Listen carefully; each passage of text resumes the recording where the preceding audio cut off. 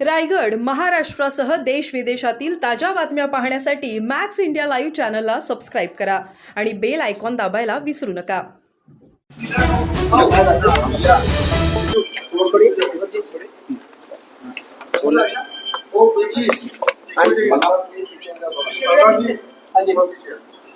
ठीक है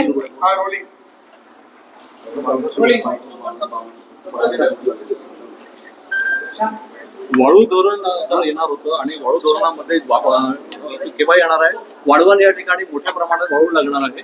वाळू धोरणासंदर्भात सरकार कुठपर्यंत पोहोचलेलं आहे? या आठवड्यामध्ये वाळू धोरण हे मंत्रिमंडळासमोर जाईल आणि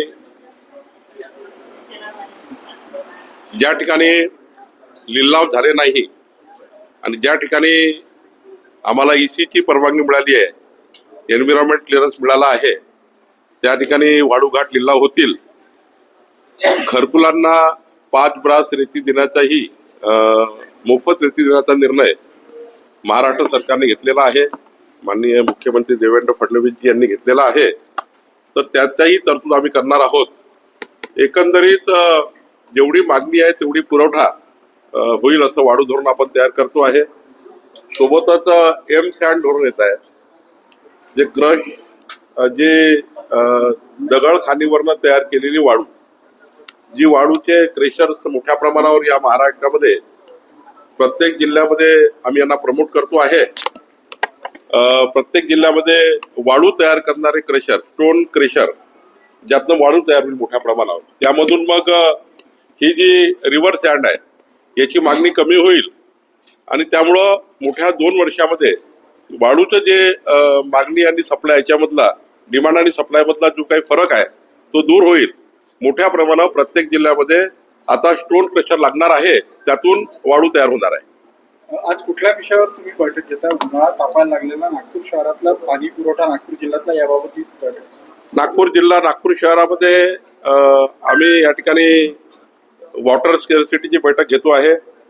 कालही मी एक बैठक घेतली, परवा एक बैठक घेतली आणि या बैठकीतनं नागपूर शहराला पुरेसा पाणी मिळेल आणि जिल्ह्यामध्ये कुठे टँकर लावण्याची परिस्थिती येणार नाही याची काळजी आम्ही घेतो आहे. एक 37 कोटीचा आराखडा आम्ही तयार केलेला आहे आणि नागपूर शहरामध्ये 22 तारखेला मी पुन्हा एकदा शहराची बैठक घेणार आहे आणि यातनं नागपूर जिल्हा, अमरावती जिल्ह्याची पाणी टंचाई दूर करण्याचा, अमरावती जिल्ह्याचाही पाणी टंचाई आराखडा मी मंजूर केला आहे.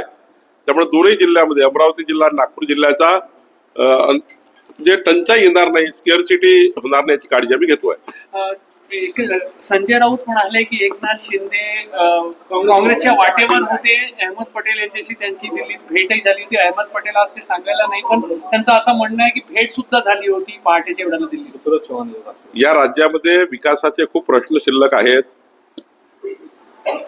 संजय राऊतांच्या बोलण्यावर महाराष्ट्राचं काही लक्ष नाही, माझे काही लक्ष नाही, कारण आता जनतेला विकास पाहिजे आणि त्यामुळे आमच्या समोर प्रायोरिटी आता पॉलिटिकल प्रश्नाची नाहीये, राजकीय सरबत्तीची नाहीये. आमच्या समोर प्रायोरिटी आहे की महाराष्ट्राच्या 14 कोटी जनतेला देवेंद्र फडणवीस सरकार, आमचं सरकार कसं न्याय देईल आणि जे आम्ही संकल्प दिला जनतेला तो पूर्ण कसा करू याकडे आमचं लक्ष आहे. संजय राऊतांकडे वगैरे आमचं लक्ष नाहीये. माणिकराव कोकाटे यांच्याबद्दल जे कोर्टाने निरीक्षण नोंदवले, खूप टीका होत आहे. माणिकराव कोकाटे यांना जर अपात्र ठरवलं असतं तर तिथे निवडणूक घ्यावी लागली असती, खर्च झाला असता, असं कोर्टाचं निरीक्षण आहे. लोक टीका होत आहे या गोष्टी. नाही, आता कोर्टाने काय त्या ठिकाणी जे काही टिप्पणी केली असेल त्यावरती मला सविस्तर वाचूनच बोलावं लागेल. बुलढाण्यामध्ये एका शेतकऱ्यानं आत्महत्या केली. त्याच्या पंचक्रोशीमध्ये पाण्याची मोठी समस्या होती आणि काही दिवसांआधी राज्य सरकारनं त्या शेतकऱ्याला पुरस्कार देखील दिला होता. असं आहे की आता तिथली काय परिस्थिती निर्माण झाली, प्रत्येक वर्षी वेगवेगळ्या भागामध्ये वेगवेगळी परिस्थिती निर्माण होते. कधी पाऊस असतो, कधी नसतो, कधी टंचाई असतं, कधी पूर्ण पाणी असतं. प्रत्येक वर्षी परिस्थिती बदलत असते त्या भागामध्ये.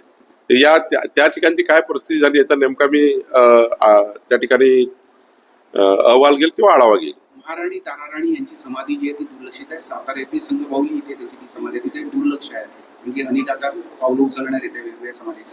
त्या बाबतीत सरकारकडे विचार झाला पाहिजे आणि तो नक्की करू. पंजाब के अमृतसर में मंदिर के ऊपर ग्रेनेड अटैक हुआ है, कैसे देखते हैं इसको? ऐसी जो एक्टिविटी हुई है तो उसके लिए गंभीर स्वरूप से हमारी केंद्र सरकार, वहाँ की राज्य सरकार भी बड़े कदम उठाएगी और ऐसी ग्रेनेड से जो बॉम्ब हल्ला होता है या ग्रेनेड हल्ला होता है, इसके लिए पूरे देश में एक चिंता का वातावरण बनता है। मुझे लगता है सरकार पूरी तरह से जिन्होंने किया उनको ढूंढेगी और कार्रवाई करेगी। शरद पवारांनी और एकनाथ शिंदे को ऑफर की कांग्रेस पार्टी में शामिल होने के लिए। किसने? नाना पटोले ने ऑफर किया। तो होली का फटाका होगा। तुषार गांधी ने कहा है कि संघ ठीक है, चल ठीक है, एक तो मिल गया।